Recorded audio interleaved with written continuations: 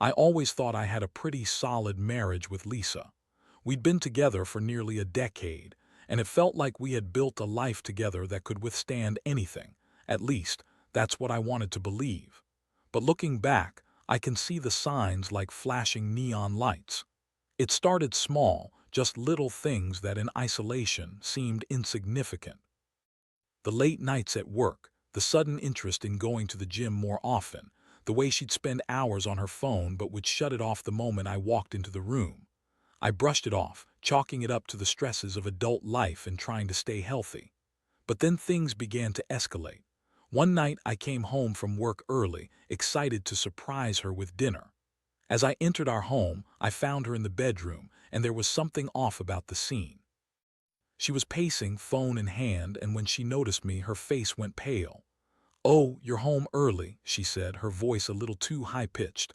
I could tell she'd been caught off guard. "Yeah, I thought I'd surprise you," I replied, trying to mask the unease brewing in my stomach. "What are you up to?" "Just planning a surprise for you too," she stammered, and I remember that moment felt like a scene from a bad movie. I wanted to believe her, but that nagging feeling in my gut wouldn't fade. The next few weeks were a whirlwind of suspicion and paranoia. I started noticing more changes. She was distant, missing our usual dinners, and I felt like I was living with a stranger. Friends began to notice too, asking if everything was okay. I put on a brave face, insisting everything was fine, but inside I was a mess. The more I looked for answers, the more I felt like I was losing my grip on the reality of my marriage. Then, one fateful evening, while I was cleaning up the clutter in our living room, I stumbled upon a small envelope tucked behind the couch. It was addressed to Lisa, and my heart raced as I opened it. The contents were shocking, a series of texts printed out, explicit messages between Lisa and my childhood friend, Tom. The betrayal hit me like a ton of bricks. I could barely breathe as I read through the messages, each one revealing a deeper level of deceit. They had been seeing each other, lying about where they were, and meeting up while I was obliviously going about my life, thinking everything was fine. My mind raced with questions. How long had this been going on? Had I been so blind? I felt anger surge through me, mixing with betrayal and heartbreak. I confronted Lisa the next day.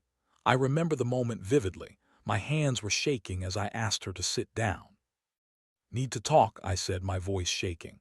"What about?" she replied, feigning innocence, but I could see the flicker of fear in her eyes. "I found something," I said, holding up the printed texts. Her face drained of color, and I could see her mind racing, searching for an excuse. "Jake, it's not what it looks like," she exclaimed, her voice rising in pitch. "It was just a mistake, a one-time thing." "A mistake?" I echoed, my anger boiling over. "You've been lying to me. How could you do this with Tom?" "He's my friend." She started to cry, but I wasn't interested in her tears. "You think that's going to make this any better? You're lying to my face." She tried to spin a narrative, telling me it was a phase, that I had been distant, and it was a cry for help. The words felt empty and hollow.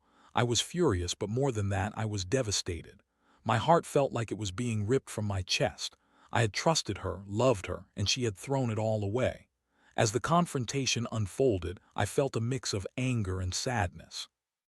I couldn't wrap my head around how someone I loved could betray me so deeply. I felt like I had been punched in the gut, left gasping for air, realizing the woman I devoted my life to had not only lied but had been intimate with another man, someone I considered family. It was a surreal moment, standing there in our living room, a place where we had built so many memories, now turned into a battlefield of emotions. I realized I had a decision to make. I could either let this consume me or take control of my life back. Little did I know this was just the beginning of a long journey toward healing and ultimately revenge. After that explosive confrontation, I was left in a daze.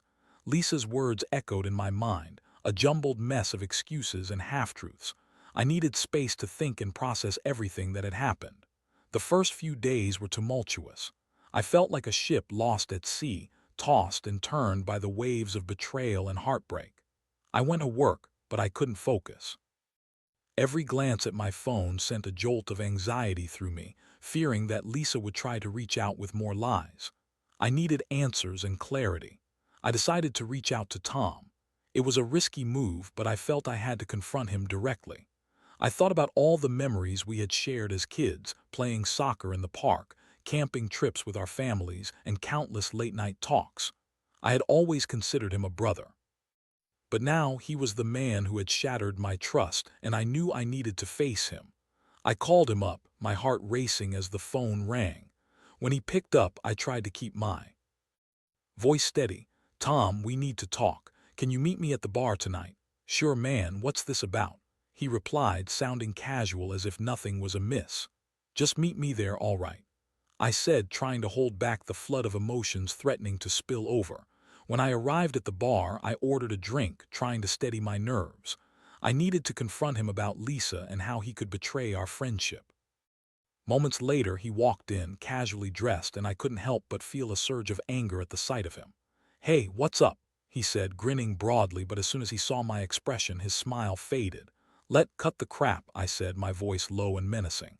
"I know about you and Lisa." His eyes widened, and for a moment he looked genuinely surprised. "Jake, don't give me your excuses. You knew she was married. You knew we were happy together, and you still went after her. How could you do this?" He shifted uncomfortably and tried to justify his actions. "It just happened, man. It wasn't supposed to go this far. I didn't mean for you to find out like this. It doesn't matter how it happened. You betrayed me." I seethed, my fists clenching at my sides. I felt the rage bubbling up again, threatening to overflow. Tom tried to defend himself, saying that it was a mistake and that Lisa pursued him. I felt a mix of disbelief and anger as I listened to his pathetic excuse. "You didn't think for one second about how I would feel, or how our friendship would be ruined. You went for my wife, Tom." The conversation spiraled into an argument, and I could see the guilt creeping into his features. But it was too late for apologies. I felt betrayed not just by Lisa but by him as well. I made it clear that I was done with him, no more friendship, no more trust. I pushed back my chair, ready to leave, but he called after me. "Wait, Jake, we can fix this. I'll talk to Lisa and—" "No, there's nothing to fix. You two deserve each other. I want nothing to do with either of you." I stormed out of the bar, rage and heartbreak mixing in my chest. When I got home, I felt an overwhelming sense of loss. It wasn't just about Lisa, it was about everything: the life we had built, the trust that had been shattered, and the future that now seemed uncertain. I was angry, but I was also sad. I sat on the couch, staring at the empty space where Lisa usually plopped down after a long day. I pictured her laughing, sharing her dreams, and it felt like a cruel joke. After a few days of wallowing in my misery, I realized I had two choices: wallow in self-pity or take control of my life. I decided to take the latter. My first step would be to cut off all contact with both Lisa and Tom. I wouldn't be a victim of their betrayal. I began to plan out how I would build a better life for myself, one where I wouldn't have to look over my shoulder, wondering if she was lying again. I started focusing on myself and my interests. I dove back into my hobbies, things I had pushed aside while trying to cater to Lisa's needs. I started hitting the gym regularly, pouring my energy into working out. It felt good to reclaim my body and my health after feeling so powerless. But I also began plotting my revenge. I couldn't just let this slide. I wanted them to feel the weight of their betrayal, to understand the pain they inflicted on me. The more I thought about it, the more I realized that I needed to show them they had made a grave mistake. I had to be smarter than them, and that's exactly what I planned to do. I spent the next few weeks laying the groundwork for my plan, thinking about how best to execute it without putting myself in a position to get hurt again. I was determined to make them regret their choices, and I was ready to take charge of my life, one calculated step at a time. Little did I know, the path to revenge would ultimately lead me to a better version of myself. As the days turned into weeks, I immersed myself in a transformation that had little to do with revenge and everything to do with reclaiming my identity. I took up hiking, rediscovering the serenity of nature, the thrill of pushing my limits. I reconnected with old friends, the ones who reminded me of who I was before Lisa. We shared laughs, memories, and experiences that felt like a warm blanket against the chill of betrayal. I even started dating again, cautiously, but it felt good to know that I was still desirable, that I still had a future outside of the wreckage left by Lisa and Tom. But in the back of my mind, the thought of revenge simmered. I wanted to make sure they felt the consequences of their actions, not just as a fleeting moment of anger but as a lesson in morality. I wanted them to understand that betrayal has a cost, and I was determined to make them pay. I knew one of the key elements to my plan was timing. I had to strike when they least expected it. After some digging, I learned that Lisa and Tom had started to flaunt their relationship, posting pictures on social media, looking blissfully happy. It made my blood boil. They thought they could just waltz away from the wreckage of my life, but they were sorely mistaken. I decided to gather evidence of their infidelity and how they were trying to erase the past we shared. I started collecting screenshots of their social media posts, noting the places they visited together and the things Lisa had said about how free she felt without me. I wanted to expose them, not out of spite alone, but to show them that I wouldn't let their actions go unchecked. They needed to understand the weight of their choices, and the longer I stayed silent, the more power I felt I was giving them. But as I plotted my revenge, I also felt a shift within myself. I began to realize that I didn't need to prove anything to them to validate my worth. My journey of self-discovery was becoming more about healing than about revenge. I found joy in the little things: a good book, a long run, even cooking myself a nice meal. My heart began to mend, though I still felt the sting of betrayal. One day, while meeting up with my old friend Mike at a local cafe, he casually mentioned a mutual acquaintance, someone who had been in contact with Tom. "You know, I think Tom is struggling a bit after everything went down. He's been trying to make things right with Lisa, but it's not going as smoothly as he hoped." Hearing this stirred something deep within me.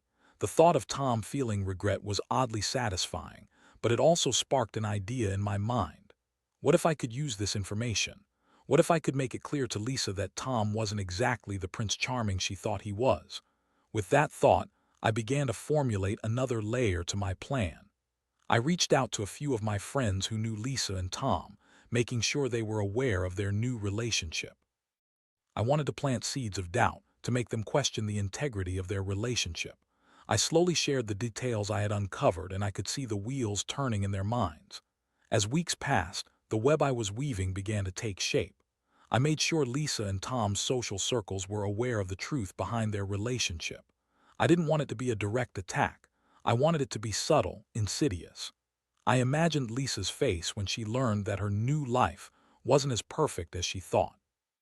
I wasn't just seeking revenge, I was dismantling their illusion layer by layer. Meanwhile, I continued to enjoy my newfound freedom. I started to develop a close connection with a woman named Sarah, someone I had met through mutual friends. She was kind, funny, and had been through her own heartbreak. Our late-night talks about life and love were refreshing, and it rekindled a spark in me that I thought had dimmed forever. But even as I built this new life, I kept one eye on Lisa and Tom. I monitored their social media, waiting for the right moment to execute my plan. I wanted to ensure that every element fell into place perfectly. Then one night I saw something that made my heart race. Lisa had posted an innocent-looking photo of her and Tom at a restaurant, captioned with some sappy love note. It was the perfect opportunity. I had saved screenshots of their intimate messages, the ones I had discovered, and I was ready to make my move. That night I sat down with my laptop, my fingers itching to type.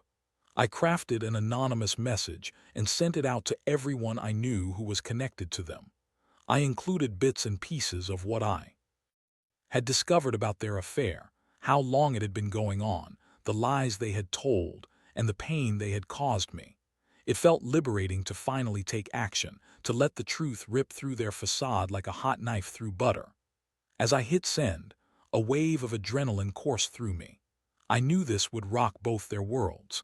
I wanted them to feel the weight of their decisions, to understand that they couldn't just run away from the consequences of their betrayal. I didn't care if it came back to me. I was ready to face whatever came next. I wanted them to feel the sting of regret, just as I had felt, and as I settled down for the night, I couldn't help but think of how sweet this revenge would taste. The next few days were a whirlwind of emotions and anticipation. I could barely focus on anything other than the fallout from my little anonymous message. I kept checking social media, waiting for the storm to rise, and it didn't take long before the first signs of chaos began to surface. On the third day after I sent the messages, I woke up to an avalanche of notifications on my phone. Friends reached out, asking if I was okay, and others were openly discussing Lisa and Tom. It seemed the truth had spread like wildfire, and the whispers had turned into full-blown conversations. I sat on the edge of my bed, my heart racing as I read through the comments and messages. The relief and satisfaction were intoxicating, but so was the anxiety of the unknown. How would they respond? I decided to head to the gym to clear my head. As I pushed through my workout, lifting weights and running on the treadmill, I could feel the stress of the past months melting away. I was reclaiming my life, and for the first time in a long time I felt empowered. It was as if I was lifting not just weights, but also the burden of betrayal off my shoulders. Later that day, I met Mike for lunch. He was a good friend, someone I could trust to keep my secret, and he had been privy to the entire situation. As we sat down, I could see the excitement in his eyes. "Dude, are you following what's happening with Lisa and Tom?" he asked, a smirk playing on his lips. I shrugged, trying to play it cool, but I felt a rush of adrenaline. "A little. I've seen some posts." "Man, it's wild," he said, shaking his head. "People are turning on them. Lisa's been getting called out left and right for her new relationship. Everyone's talking about how she destroyed a marriage. It's brutal." I couldn't help but smile at that. "Good, she deserves it." "Yeah, she does," Mike agreed, leaning in. "But you know what's even crazier? Tom is freaking out. He's been reaching out to people, trying to salvage his reputation. It's almost sad to watch." I felt a spark of satisfaction at the thought of them grappling with the consequences of their actions. For so long, I had felt powerless and lost, but now I could see my plan unfolding perfectly. As the days passed, the fallout escalated.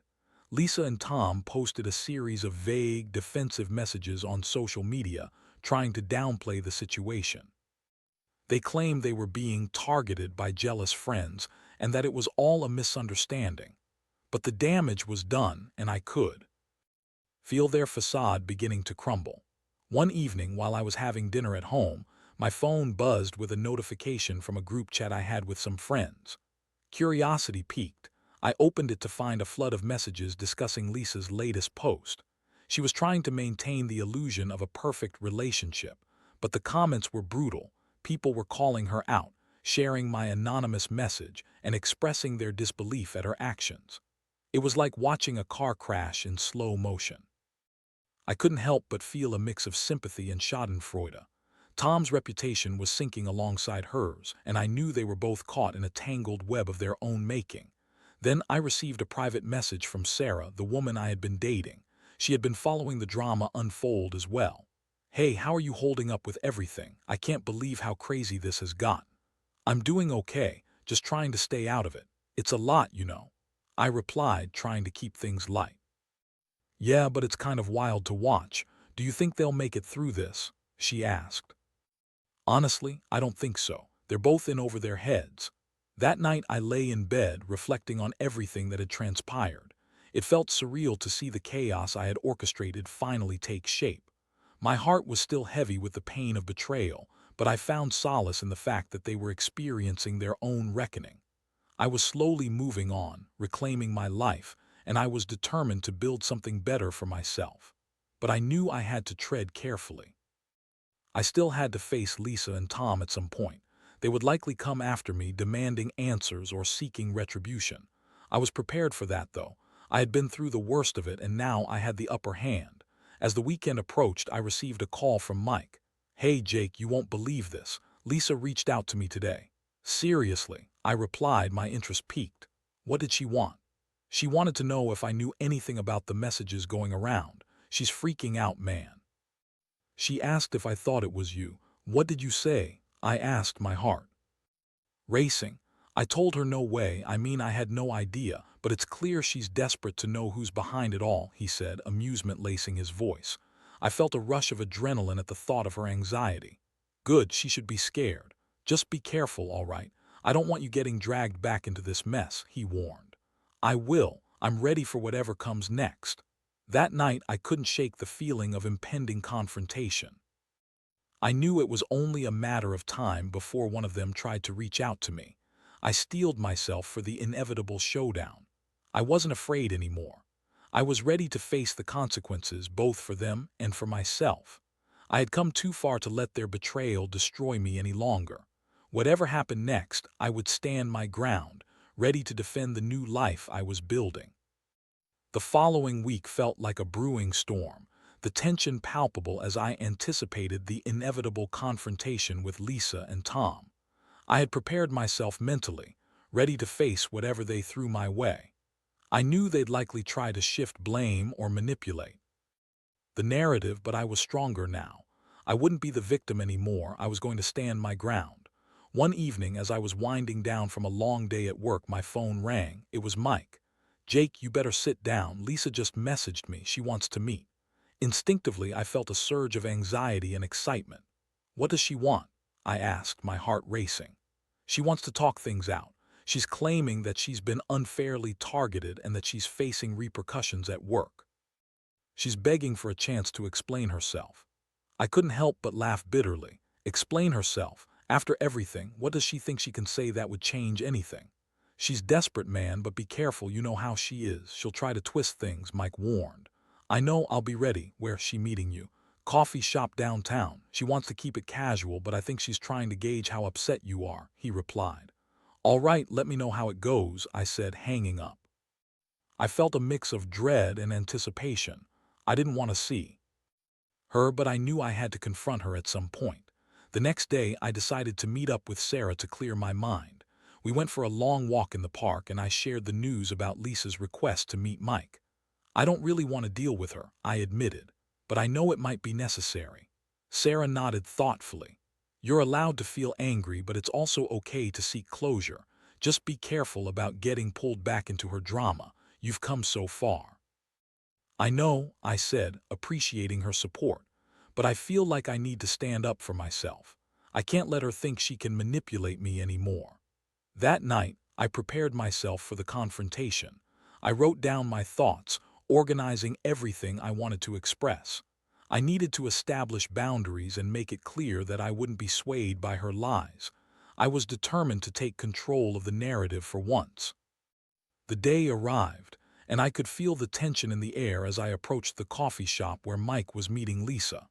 I walked in and spotted them sitting at a corner table. Lisa looked different, disheveled, anxious, and not the confident woman I once knew. It was a stark reminder of how far she had fallen.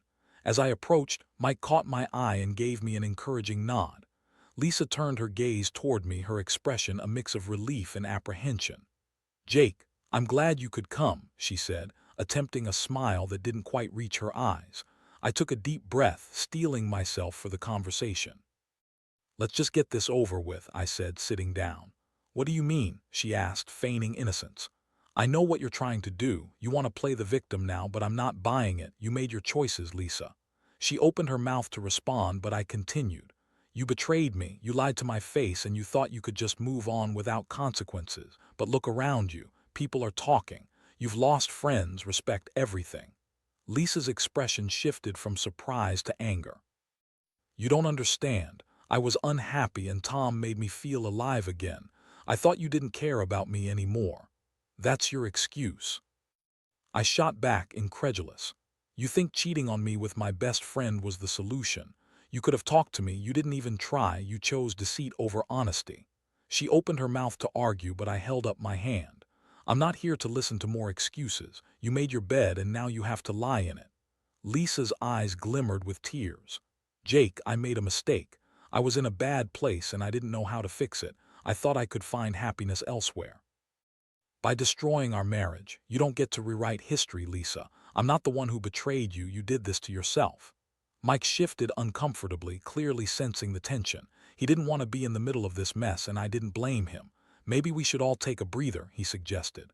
"Wait," Lisa interrupted, her voice rising slightly. "I need you to understand that I never meant to hurt you. I thought we were drifting apart and Tom was just there." "Just there." I scoffed. "You made a choice. You could have talked." to me, sought help, or just ended things respectfully. But instead, you chose to betray my trust in the worst way possible. You thought you could have your cake and eat it too.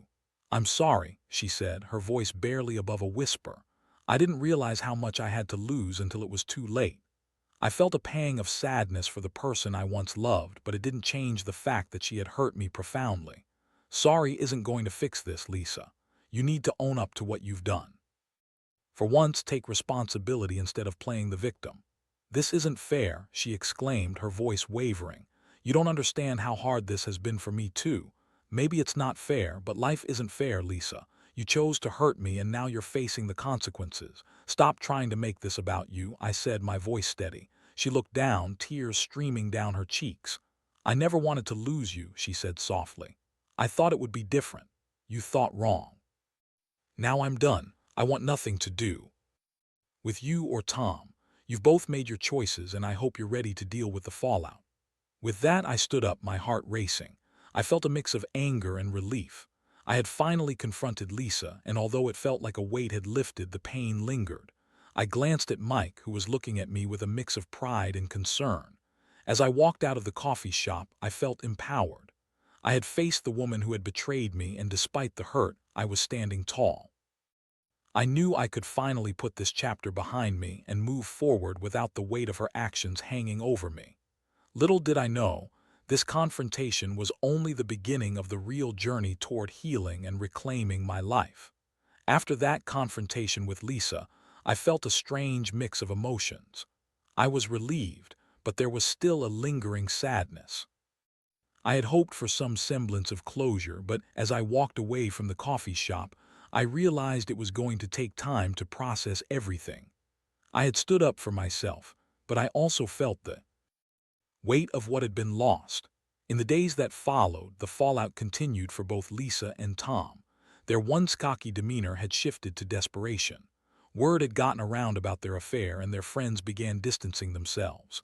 I watched from a distance, feeling like a spectator to a train wreck, but knowing I was finally free from the wreckage of my own life. I focused on my own healing. I spent more time with Sarah, who had been incredibly supportive throughout this ordeal.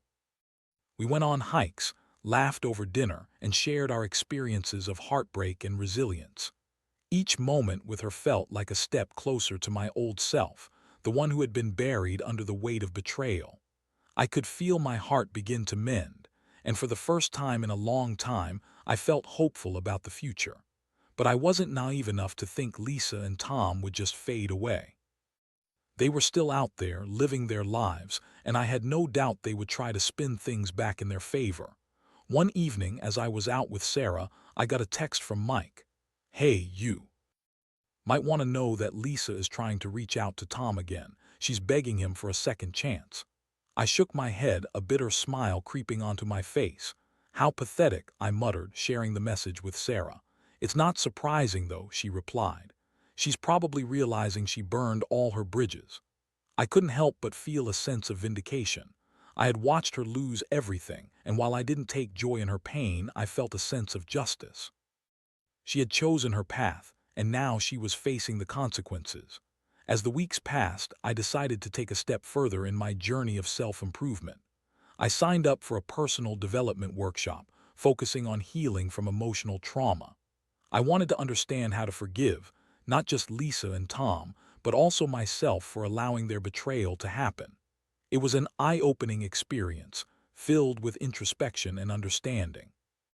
During one session, the facilitator spoke about the importance of self-love and moving forward without the burden of past relationships. "Forgiveness doesn't mean you condone what happened," she said. "It means you're allowing yourself to heal and reclaim your life." Her words resonated with me deeply. I realized that while I could never change the past, I had the power to choose my future. The betrayal had shaped me, but it wouldn't define me. I began to embrace the idea of moving on, not just from Lisa and Tom, but from the pain they caused. One day, as I was leaving the workshop, I received another call from Mike. "You won't believe this," he said, barely containing his laughter. "I just saw Lisa at the grocery store and she looked like a total wreck. I think she's finally realizing what she's lost." "Good," I said, feeling a mix of sympathy and satisfaction. Maybe she'll finally understand that her choices have consequences. As time went on, it became easier to let go of the anger and hurt. I focused on building my life, my career, my friendships, and my new relationship with Sarah. I never imagined I would be in a position to love again so soon, but Sarah had shown me that it was possible. One evening, while having dinner with Sarah, she looked at me with those kind, understanding eyes. "I see how far you've come, Jake. You've really transformed since everything happened. It's inspiring." I smiled, feeling a warmth spread through me. "Thank you. I've learned a lot about myself and what I deserve. I'm ready to embrace the future, no matter what it holds." As we talked, I realized I had come to a place of acceptance. I didn't need to keep reliving the pain. I understood that both Lisa and Tom had made their choices, and I could only control how I responded to their actions. I was ready to take the next step in my life, free from the baggage of the past. Eventually, I decided to block Lisa from my life completely: social media, phone number, everything. I didn't need reminders of what had happened. I had built something new, and it was time to embrace it fully. In the end, I learned many lessons through this tumultuous experience. I learned about trust, betrayal, and the importance of self-worth. I discovered that healing takes time and requires self-reflection, but it's possible to rise from the ashes of heartbreak. I found strength in vulnerability and learned to embrace the unpredictability of life. I might have lost a marriage and a friendship, but I gained so much more in return: resilience, self-love, and the ability to move forward. I was finally free, ready to embrace whatever life had in store for me next.